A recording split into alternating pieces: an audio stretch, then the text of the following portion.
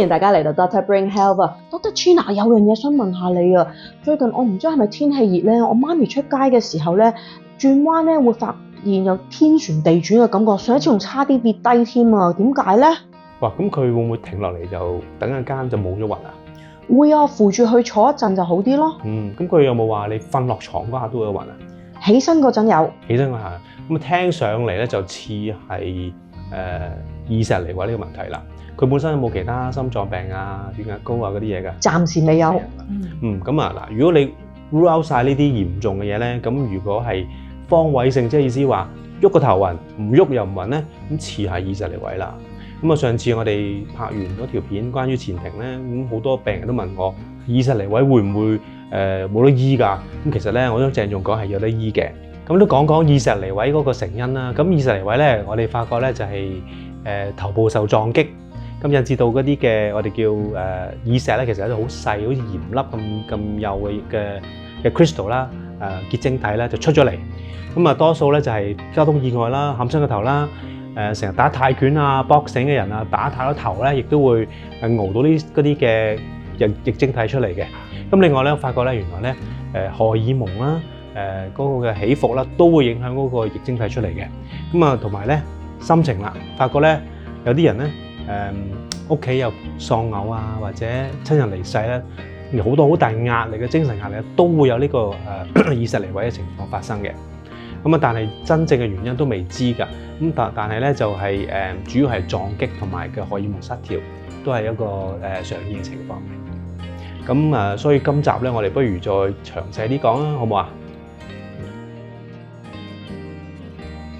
？OK， 嗱，我哋測試開始之前，我哋就會做一啲嘅rule out 一啲大件事嘅，即係驚佢係中風啊，或者腦裏邊有問題、有腫瘤嘅嘢。咁我哋會做一啲嘅腦嘅測試先嘅。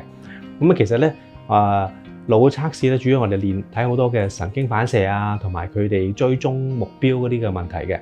咁而家我就會做一個嘅追蹤目標啦。咁啊，阿 Avina，你睇住呢個點啊？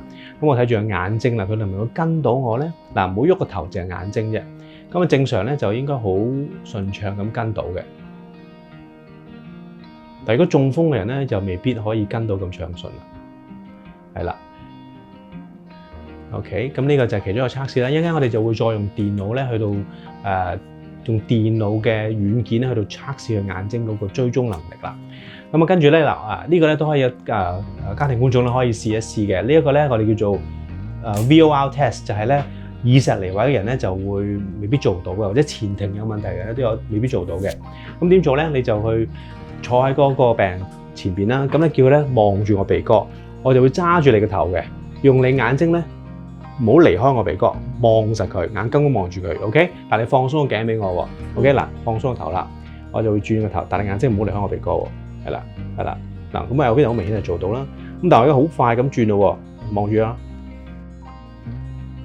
嗱，你呢度係完全跟到晒，但係如果前庭有問題嘅人咧，一揈開咧，佢會離開咗，望唔到嘅，咁呢個咧都係一個前庭嘅問題嚟㗎，咁啊若果耳石離位咧，我一轉個頭咧，可能佢會好暈嘅。就眼睛會不斷喺度喐噶啦。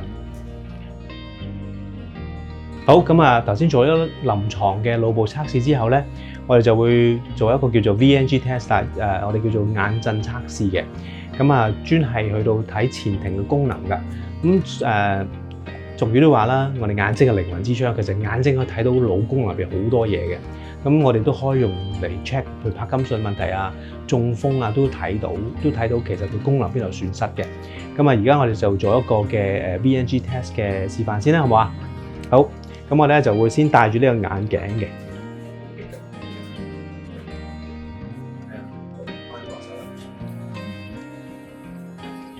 嗱，咁而家咧病人就戴咗呢個嘅個 goggles 啦，佢有個紅外線嘅鏡頭咧對住眼睛，我錄低晒個眼睛嘅轉動㗎。咁病人好簡單啫，淨係要望住粒紅點，個紅點去邊度咧，佢望邊度得㗎啦。咁個電腦咧就會錄低晒佢嗰個嘅震動嘅情況嘅。前庭問題咧，大部分同你講啦，就會咧平衡力有問題嘅，因為前庭咧同埋小腦咧互相關聯㗎，所以前庭有問題咧，平衡力都有問題㗎，所以一定要 check 嗰個平衡力問題。耳石離位咧，大部分同你講咧都會天旋地轉啦，個病人咧都會企唔定嘅喎，會左搖右擺嘅。咁所以平衡力嘅測試咧要睇得到究竟佢跌邊邊啦，邊個方位啊，邊個情況之下最差都完全睇得到㗎。咁呢部機咧就係平衡力測試嘅機器啦。地下裏邊咧好多個感應器咧就睇得到個病人咧究竟個平衡力係偏去邊邊嘅。有啲人會同你講咧，20厘位之後咧佢成日會跌向一邊嘅話，咁你知道邊一邊有問題啦。咁病人好簡單啫，4個情景嘅。咁佢咧主要咧就係企喺度咧保持平衡冇喐。咁第一個咧就係擘大眼睛企喺度，第二個咧就係眯埋眼睛企喺硬地，跟住啦就要咧企喺一個 cushion 上邊嘅，係啦，咁啊麻煩你攞落嚟先，再企翻上去，亦都係要擘大眼睛啦，保持平衡，跟住眯埋眼。咁大部分人咧喺最後呢個情景咧企喺度。cushion 上面眯埋眼咧，都係平衡力嘅爭少少嘅。咁但係咧最能睇到佢前庭嘅功能咧，就係呢一步啦。咁所以我哋咧能夠有個報告出咗嚟，話俾我聽，究竟邊一邊有問題啦。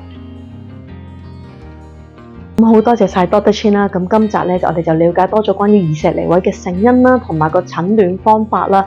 咁不過治療嗰方面，我哋係咪可以下集再講多少少咧？係啦，我哋下集都要講下嗰個測試之後嘅結果啦。based on結果咧，我哋再會做一啲嘅治療方法啦。